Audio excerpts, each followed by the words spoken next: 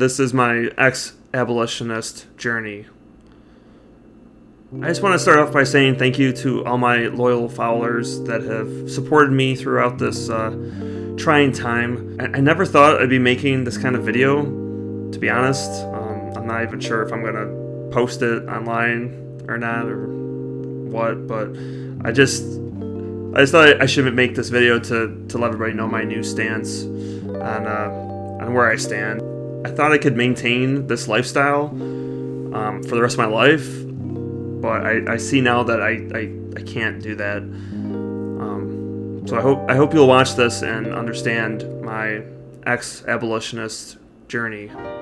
My whole story started about a year ago, and I saw these people on the street, and they were promoting the end of like the biggest injustice that they said existed on the planet. At first I saw like the crazy, horrible conditions that the victims are in, and that kind of spoke to me. And I started to think, and I'm like, I don't think I can take part in this anymore. And that's how my ex-abolition journey started.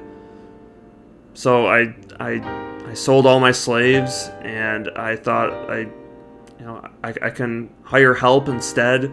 And plus the activists on the streets, they told me that there was a lot of positive benefits to my business. They said I could make more money and my business would be thriving. And, at first I believed them. Of course, if you have to start paying your workers, then you're going to lose money. That just makes sense, right? But I never really took into consideration that I have to house my slaves and I have to feed them. And now I don't have to feed my workers anymore. And the shelter that I was using to house all my slaves, I can now rent out to people in town and get additional income that way. So at first it was really great. Like I had positive cash flow, and my bank account, I saw a boost in my bank account. Like with the recent housing boom, like people will pay anything to go and stay at my house now. It's great. I'm a businessman, so I love capitalism.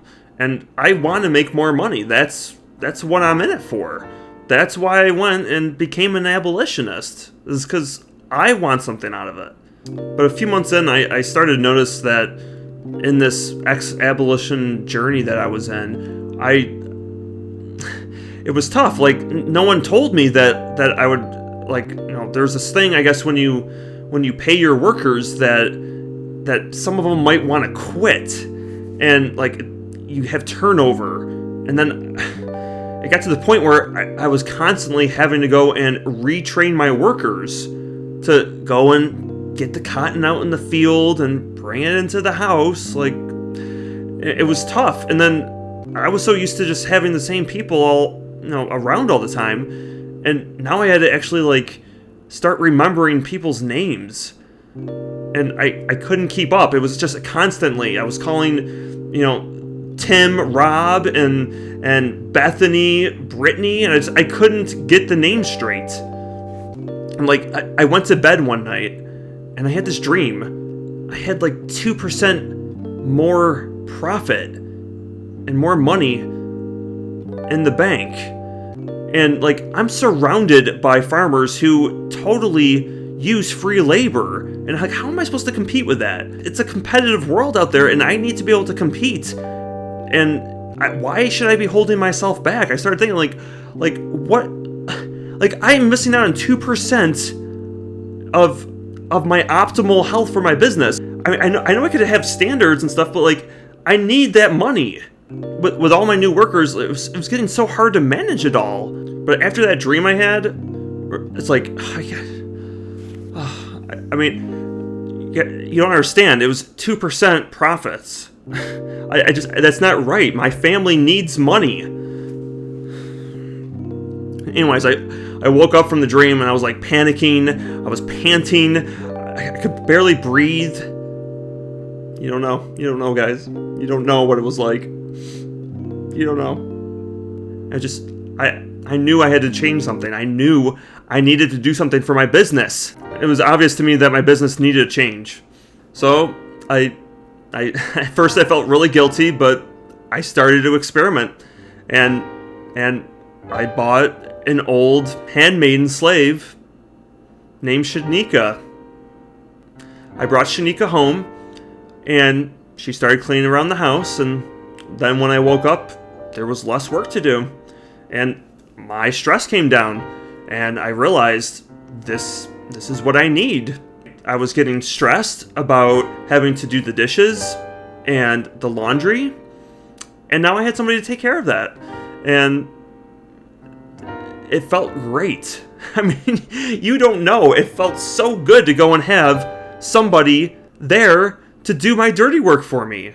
I knew what I was doing was working. And so I went and I bought 2 little boys. But I do want to be clear. I saw the horrible conditions on those slave ships coming over from Africa, and they're horrendous conditions. So I'm never going to go and buy those kind of slaves ever again. I'm always going to go and purchase locally made slaves. That's ethical.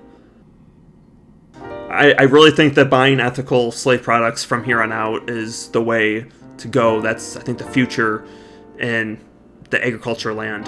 Personally, I would always like to go and break up families closer to where I live. And now I know everyone's going to go and be freaking out at me, but I'm going to monitor this comment section because I don't want any...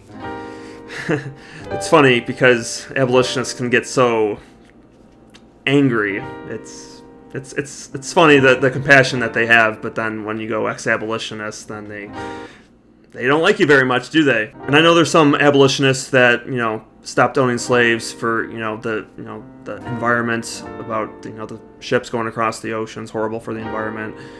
And I know a lot that want abolitionists because, for the health of their business, they wanted to make more money.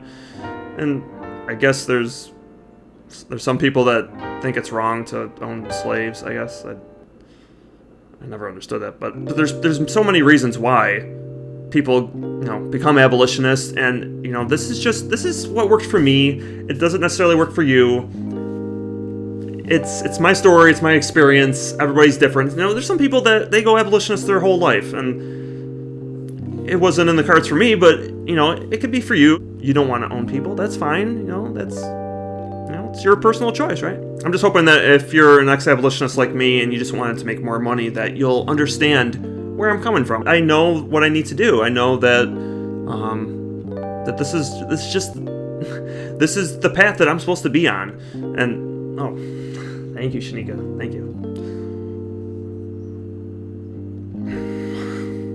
But every business is different, and all businesses have to adjust their models for the sector that they're in. And this whole experience has given me a newfound appreciation on life, and understanding that all moments are very precious.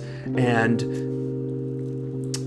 it's I respect my slaves now. And I think that's really what matters. If you need to do this to get your business back on track, you have your family to worry about. It's nice, I care about my slaves and everything. I mean, that's why I wear black now, to go and honor them. But you need to worry about yourself first. You're the most important. It doesn't really matter. I hate to say it, but they're less important than us. We need to go and worry about ourselves. We did evolve this way, and this is kind of the way that God made it, and that's just how it's supposed to be. Who am I to argue with God? Yeah, so since I saw through all the propaganda of the anti-free labor movement, I've only increased my free labor workforce. I'm thriving, and I've never felt better. My sleepless nights have vanished. I used to have IBS with all the stress that I had, and it's pretty much gone away. I'm listening to my business and what my business needs, and I can't believe I ever went down this path ever. I feel so embarrassed that I was actually recommending to people to not own slaves. It's just what was I thinking? I don't want to live in a world where people tell me how to run my business. How dare they? So incredible.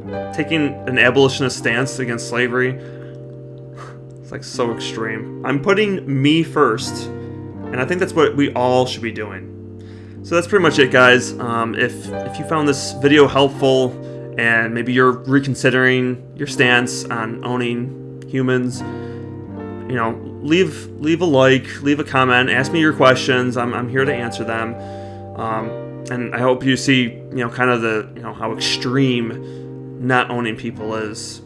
You don't know, guys. You don't know. 2% profit margins lost. How am I ever going to get that money back? It's going to take me years to recover from this.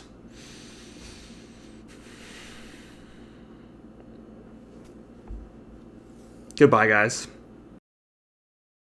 I know I could have standards and stuff, but I need that money. I need it.